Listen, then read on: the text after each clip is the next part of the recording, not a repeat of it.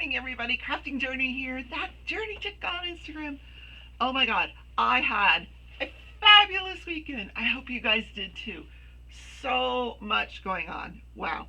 Tell you all about it in a little while. Here's where I am with the painting. Yeah. A lot of color blocking in this section, mercifully. It's going pretty quickly, and I think the rest will too. So we're going to finish up this section here and just keep moving along. So, this weekend I went to see Daughtry. Oh my God. This concert, first of all, the weather was amazing. Absolutely amazing. I went for that walk in the morning, and it started to rain, and before I got home it had already stopped. It never rained again the whole time. I think the guy went ahead and had his yard sale, and so and you'll know what I'm talking about if you watched that episode. I did a little dog walk in that episode. Hi, Toots. You're a good doggy. Where's the kitties? Are they in here? No, not yet. The last couple nights with them have just been, anyway, that's a whole nother story. So, yeah, fabulous weather, but it was hot. And I had bought a drink and a little sandwich, and they're like, no food, no drink, and we were going to check your bags. So, I just chilled out in my car, listened to my audible book, ate my dinner, ate my sandwich, drank my drink, and then, but you could buy $1 bottled water in there, and it was the firefighters fund it went into. Anyway, whatever profit. So I didn't mind. And then they were selling mixed drinks and beer and stuff. They just wanted you to buy their own stuff. Anyway, a lot of people drinking beer and stuff. It's so hot out. That's the quickest way to get dehydrated. Anyway, I digress. So I got my little lawn chair. I forgot to go to Walmart, or I didn't forget, but I passed the exit, and once you pass that exit, it's impossible to turn around.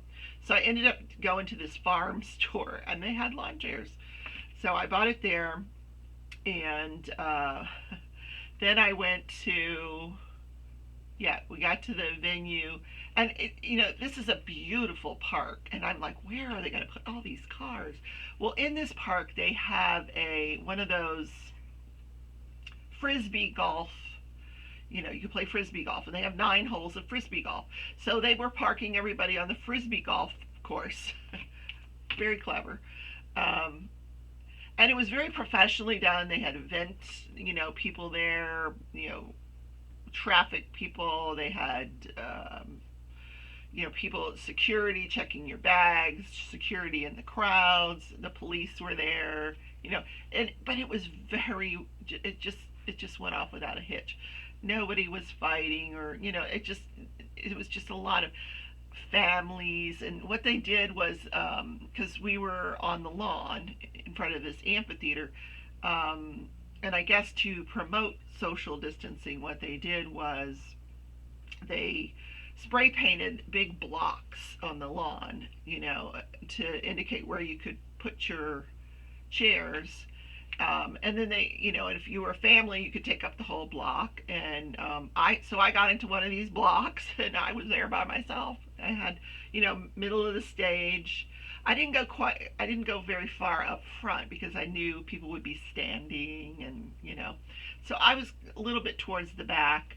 So I wanted to stand, to be honest with you, but because it was just so good, so good. But so I was a little bit back, but it didn't matter. They had big screens where you could see everything, and I could actually see the stage very well. So I would have loved to have been a little closer, but it's okay. And he looked so good, and his voice has not changed one single bit. Daughtry.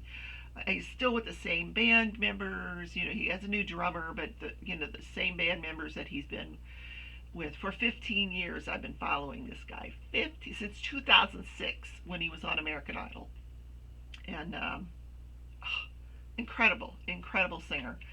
So I just, I had tears in my eyes at the end because it just brought back so many good memories. My daughter and I went to see him when he was at Sunfest in Palm Beach many years ago, and I have great memories from that concert. When I saw him then, like I was right up on the stage. Because he wasn't real well known back then. So, and at Sunfest, I don't know if you guys are familiar with how Sunfest works or one of those festivals works, but they have multiple music going on several stages. So depending on what kind of music you like, you can go to a different stage. So my daughter and I, we knew Daughtry. We went to the Daughtry stage, and we were like right up front. So so we had an amazing view. But these are the memories that we're bringing back. And then I remembered, when he did this a television show where it was they were talking about. I think it was an Easter religious, the story of Jesus and how he was betrayed by Judas, and he played Judas. It was a musical, and he played Judas, and the songs that he sang in there were amazing. Oh my God, it was amazing. I don't know if you guys caught that show. Oh, it was amazing. So anyway, enough about that. So, but I get home and the kittens must have slept the entire time I was gone because they were like whew, on fire. They were not ready to go to bed. They were like zip, zip, zipping around. And I was exhausted, like just exhausted, like a good exhausted, like I've been in the sun all day. I've had an amazing concert and I just wanted to crawl in my bed, and I'm reading this really good book. It's called The Witch's Consort. So I wanted to read my book, and they're like, zip, zip, zip, they were not going to go to bed. So it was a rough night. We ended up getting up about 4 in the morning, letting them play it some more, and then I ended up taking a nap later on. Wow. And then last night, same thing, zip, zip, zipping around. I couldn't take it anymore because they wanted to be on the bed, but they wanted to be like fighting, and they wanted to involve Tootsie, and Tootsie wanted to go to bed, so she kept getting annoyed. So finally, I took the two of them. I just couldn't take it anymore. I took the two of them, put them in the room, and shut the door, and we went to sleep. So at 5 o'clock this morning, they got out of that room. They figured it out. They know how to open the door. They figured it out. They were in my room zipping around again, but they got their days and nights mixed up for sure. All right, let's do some diamond painting. I could talk the ear off a donkey, couldn't I? Yes, Rebecca, you could. Anyway, I got plenty of sleep this weekend, but I'm still tired. Oh, and then we had this baby shower yesterday for Jennifer. Oh, it was so nice. Oh my gosh. Crashly and I worked on Zoom. We figured out how to make her the featured person, and it was just amazing. There was at least between 30 and 50 people in there at any one time. I mean, I think all total there was more than 50 people came in or out. And so we watched her open all her gifts, her and her husband and her daughters, Willow and, oh God, what's the other one's name? Her older daughter.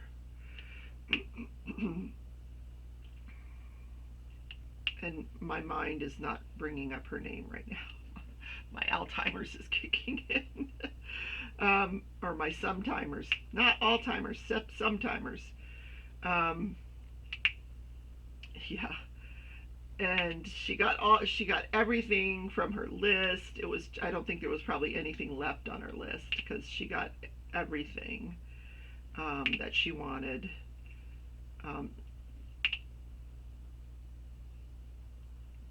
I was so happy for it. And then they were really sweet because then they're like, oh, we're going to go set up the nursery now because they got everything they needed for the nursery. Um, so it was very cool. They got a stroller and a bath thing for the baby and lots of bottles and diapers and formula. But I mean, if you didn't donate and you still want to donate, you can go to the Jennifer Roberts baby shower Facebook group. There's a PayPal. You can donate cash in there, or you can look at our registry. She may have added more stuff to the registry. We're going to keep it up for a little while until everybody's had a chance. And there were a lot of gifts that were like on the way that she hadn't even gotten yet. But I mean, it took her over an hour to open all of the gifts. There were a lot of gifts. And we had ordered a cheesecake, a strawberry cheesecake for her, for her and her family, just to make it feel like it was a real baby shower. And they were eating their cheesecake, and it was just fun. We played a couple of games, and it really worked out well on Zoom. Everybody got to participate. Nobody was talking over each other. It was just such a nice event. It really was. And Crochet and I planned that, and thank you, Crochet. It was. I think we did an awesome job. So, what's going on today? It's National Paper Bag Day. Who knew? Paper bags. For a while we're like, oh, we don't want paper bags anymore. We like those plastic things. So now all you get is the plastic stuff. Well, now we know that plastic stuff is horrible for the environment. So, go back to paper. So there was like 3 different inventors, of what we now know as the paper bag. Each time it was reinvented, it got better. And, it dates back to the 1800s. But there's so many cool uses for paper bags. For example, if you have anxiety and you're having a panic attack and you can't breathe, put a paper bag over your, breathe in and out in a paper bag. It will help. Cover your nose and mouth, and you just breathe in and out until your breathing becomes normal again. You can, if you make a big batch of popcorn and you got a party going on or something, you can put it into paper bags. And what that does is, if you put any toppings on the popcorn, it kind of absorbs the oil from the popcorn, and it makes the popcorn very tasty. You can use it for arts and crafts. You can make sock puppets out of it. Use it for gift bags. Here's what I like to use paper bags for: ripening fruit. I hate when I go to the grocery store and I get these lovely, beautiful peaches, because I love peaches, and they're hard as a rock. So if you put them into a paper bag, and they say what happens is it traps ethylene gas given off from the fruit, and it helps the fruit to mature. But here's my mistake. I always forget. I'll pass that paper bag 6 times. Like, what's in there? What's in there? Well, you got to label it peaches so you don't forget. But you put them in a paper bag, and if you want them to ripen even faster, and I don't know how this works or why it works, put an apple in there too. Yeah, a friend of mine told me that, and now I saw it on the internet, so it must be true, right? It doesn't say why that works, but it works. So there's some other uses for paper bags. Let me see. Let me get to that column. You can clean windows with paper bags. Just put some vinegar mixture, white vinegar. You can use it to clean your windows for streak-free shine. Instead of a paper towel, you can tear the paper bag into strips, or just crumble it up and wipe your window down. I never knew that. That's kind of cool. I'm going to try that. You can use it to collect your recycling. Here's one. You can freshen stale bread. So if your bread has gone stale, Freshen it up by placing the loaf of bread or buns in a paper bag. Put a little bit of water on the paper bag and then pop it in the oven. The bag creates a steaming effect and will help moisten the stale bread. Now, don't catch everything on fire, okay? I don't think I would do that. So you can store onions and garlic, but put some holes into the bag so air will circulate. You can make compost out of it. If you're one of those people that makes compost, you can put paper bags into the compost. You can pack your belongings. Now here's what I didn't think of. When you bake cookies and you take them out of the oven, I usually just like put them on plates or something to let them cool. But if you put them on a paper bag, it prevents the air from circulating all around the cookie and keeping it crispier. It keeps a lot of the moisture out and it helps them stay crispy. Duh, who knew? Yeah, so you come out with a crispier cookie if you do that. I'm gonna have to go buy some paper bags. I didn't know all these uses. Wow. So how do you celebrate? Go buy some paper bags. I'm gonna get some of those little lunch bags, and especially for like cleaning the windows. I like that idea. I like the ripening the fruit. Yeah. And I didn't think about the popcorn idea. That's pretty cool as well. Geez, you didn't know that my show was educational, did you? Oh my. So one thing that I did not get done this weekend was cleaning the house. Nope. I got to tell you, I was exhausted because, I was dancing through that concert, dancing. I think I had like 7,000 steps that day. And what else? Man, I'm tired.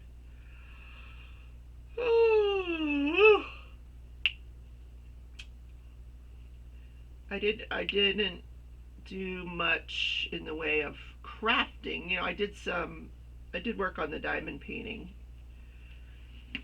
I just got to find a way to do the crafting where the animals don't want to help. These kittens think they can cross stitch with me. Makes it very, very difficult. So let's do judge, jury, and journey. Yep. Okay. So this is the murder trial. Melanie Eam is on trial for the murder of her red-headed boyfriend. And the other day I promised you pictures, and I didn't show the pictures. So God willing, you're going to see pictures here. There's the knife, and here's the couple. Here's what they look like. My goodness, it's that Sometimers again. So I do apologize, but yeah.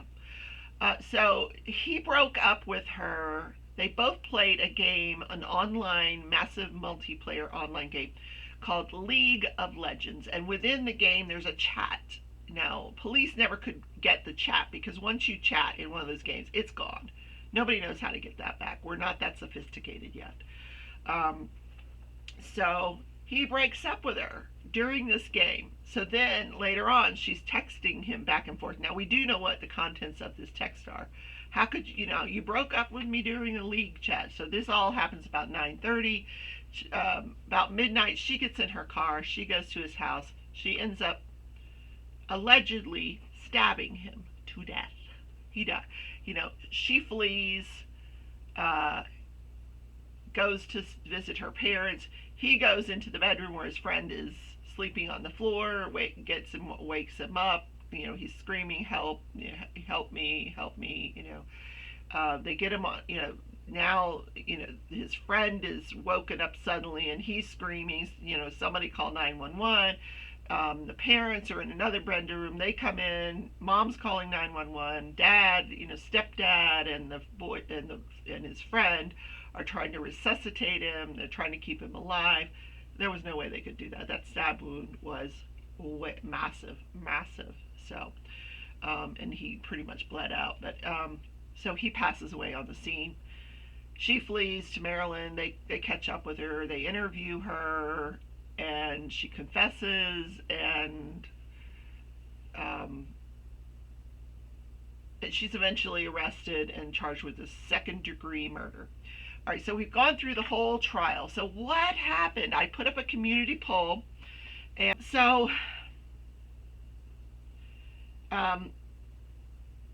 85% of you thought he was guilty, 4% said not guilty, and 11% said mistrial. So who was right? Well, anyway, here's what happens. The jury goes back and deliberates for 2 days. Clearly, they were similar to the community posts. Some were wanted guilty, some wanted not guilty. They couldn't make a decision. For 2 days, they tell the judge, we can't decide, we've tried. He gives them instructions to please go back and try again. They do. They come back. Nope, we're hung. We can't make a decision. So, if you voted for mistrial, you were correct. Mistrial. She has to go to trial again. And so she goes back to jail. She's not out on bond. She's in jail. So they immediately go back into jury selection for a new trial. They get the jury seated. The new trial starts about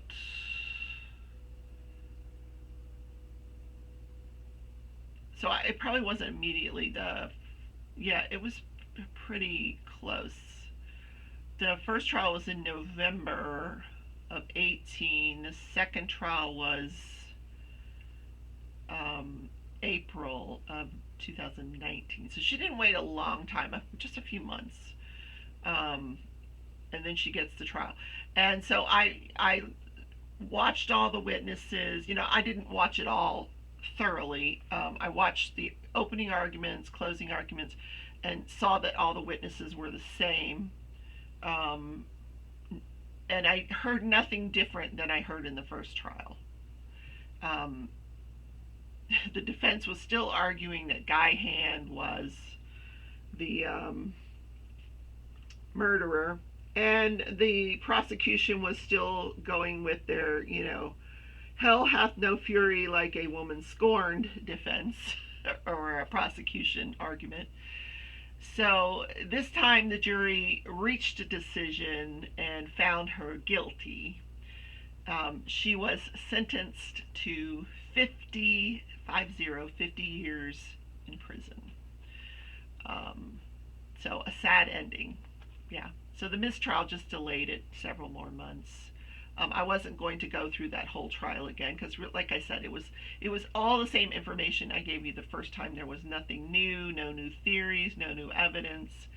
The one thing I did research online was, I think I'm done with this color for now. Let's pick another color. Am I done? I want to make sure I'm done.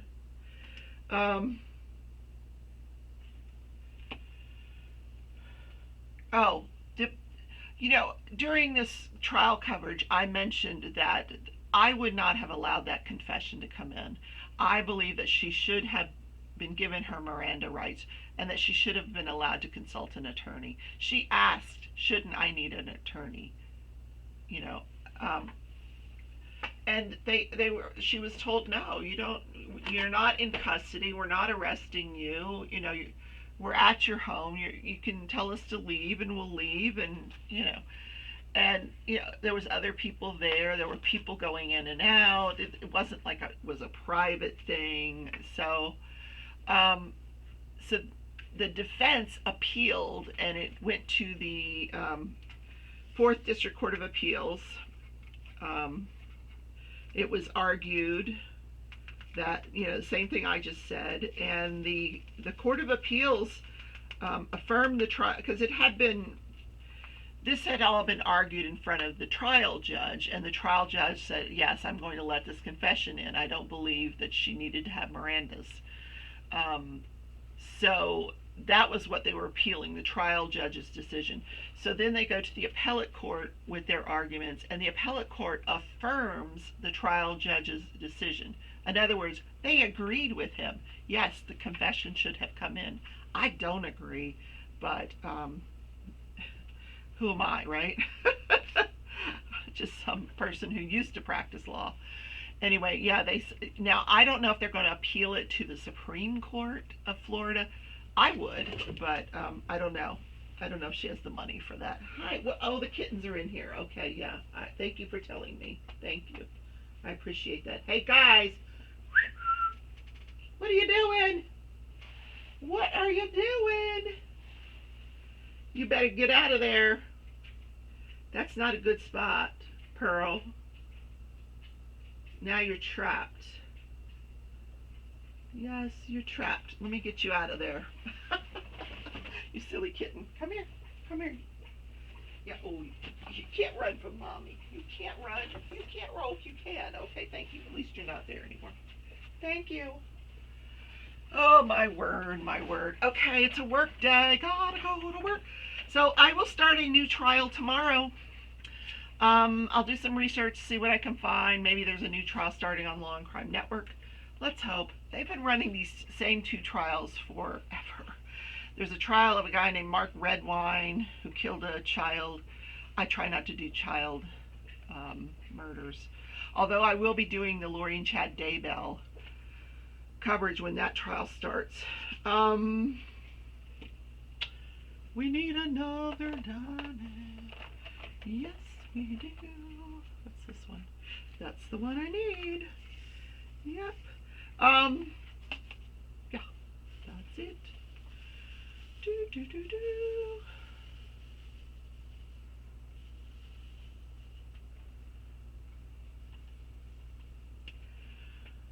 I can't think today. That's terrible. My brain is like frozen. And you know, when I say I have to go to work, I work from home on Mondays. And I got up this morning, I'm like, I'm just going to stay in my pajamas all day long. And then I remembered, oh, I have a show to do. I don't like to do much. I prefer not to do the show in pajamas. I have done that before. But, you know, I said, oh, let's put on the bra. Let's get the dress on. But that helps me. It gets me in the frame of mind of, you know, you got to work instead of get back in the bed and read your book. Or cross stitch or play with the kittens. I love to play with my kittens. You know, I call them little terrorists, but, you know, I do that lovingly. I love my kittens. I really do. It's just when you're tired and you want to go to sleep and they don't, it's a problem. Kind of like having a new baby, Jen, huh? No, maybe not the same. Yeah. So I have started giving them some wet food at night. This just a little pate of it's kitten fancy feast for kittens, and so I divided it in half and I gave each of them a little dish of it, and I put it in there. This has worked out great. I have the cat tree, and on like the third shelf inside of this little area, I put their food, and it keeps the dog from eating their food. So I put the little dishes, and they just come screeching across the living room, jump into the cat tree, and eat. They love this wet food. And I'm sure would like to have it more times a day than once, but that's all they're going to get.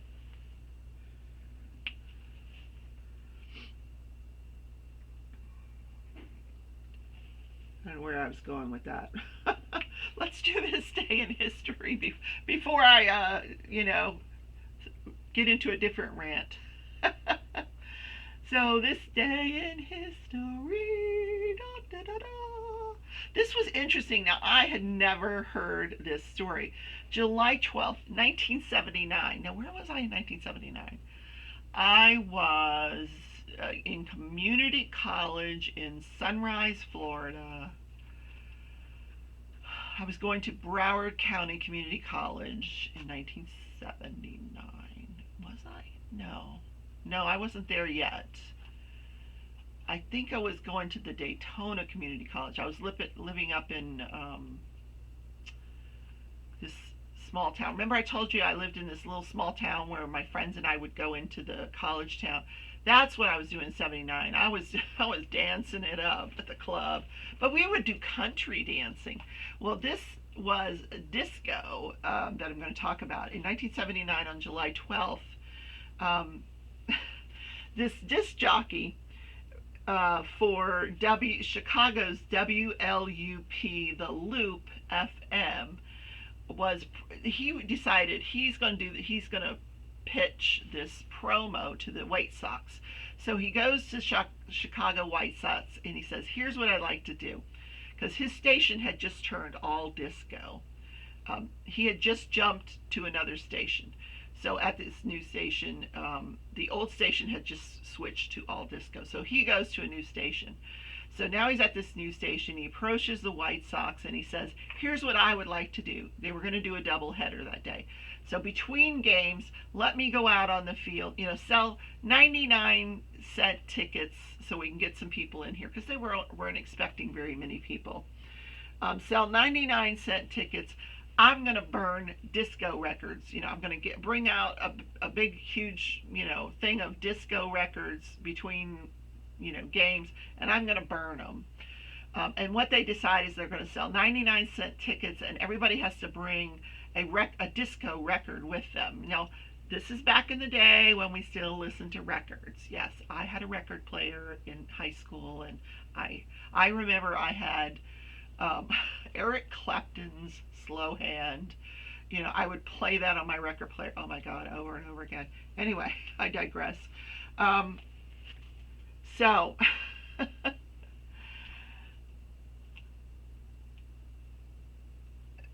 on July 12th, so they have this doubleheader, and they underestimated the crowd. They ended up having 40,000 people come into this stadium, and there was no one collecting the records. That was their mistake. Nobody was collecting these records. So later on, there became like these huge flying discs in the stadium. And then they even had like an overflow crowd of 40,000 people outside of the stadium that had showed up to come to watch the burning of these disco things and to watch the White Sox game for 99 cents. So they go out there. The disc jockey detonates. He had a dumpster in center field. He detonates the thing, and it catches on fire. And then what happens then is the crowd rushes onto the field. So now they've got all these people on the field. They're climbing up the posts. The discs are flying. They're lighting things on fire. And they're flashing on the scoreboard. Please go back to your seats. Go back to your seats. They completely ruined the field.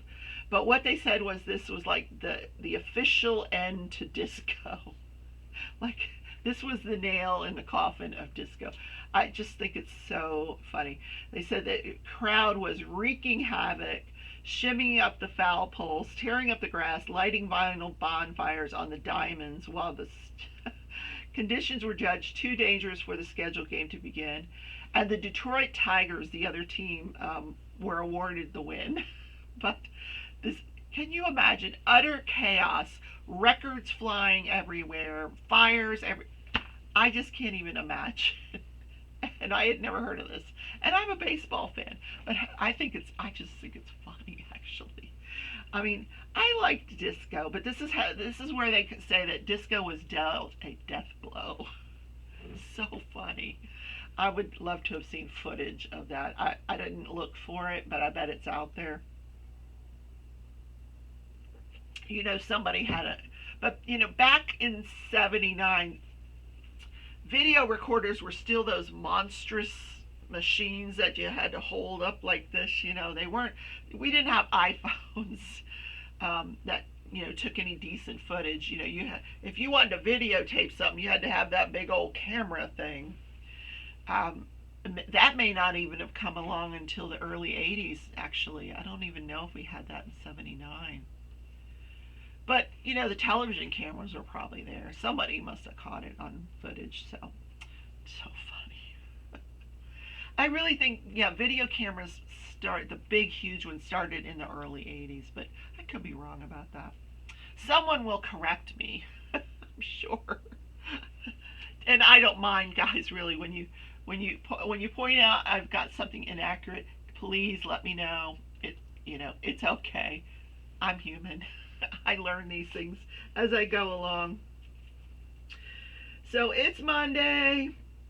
Just another manic Monday. I wish it was Sunday, 'cause that's my fun day. Okay. Gotta go to work. Alright, guys. There's a Zoom this afternoon. Maybe we'll see you there, or maybe tonight in someone's live.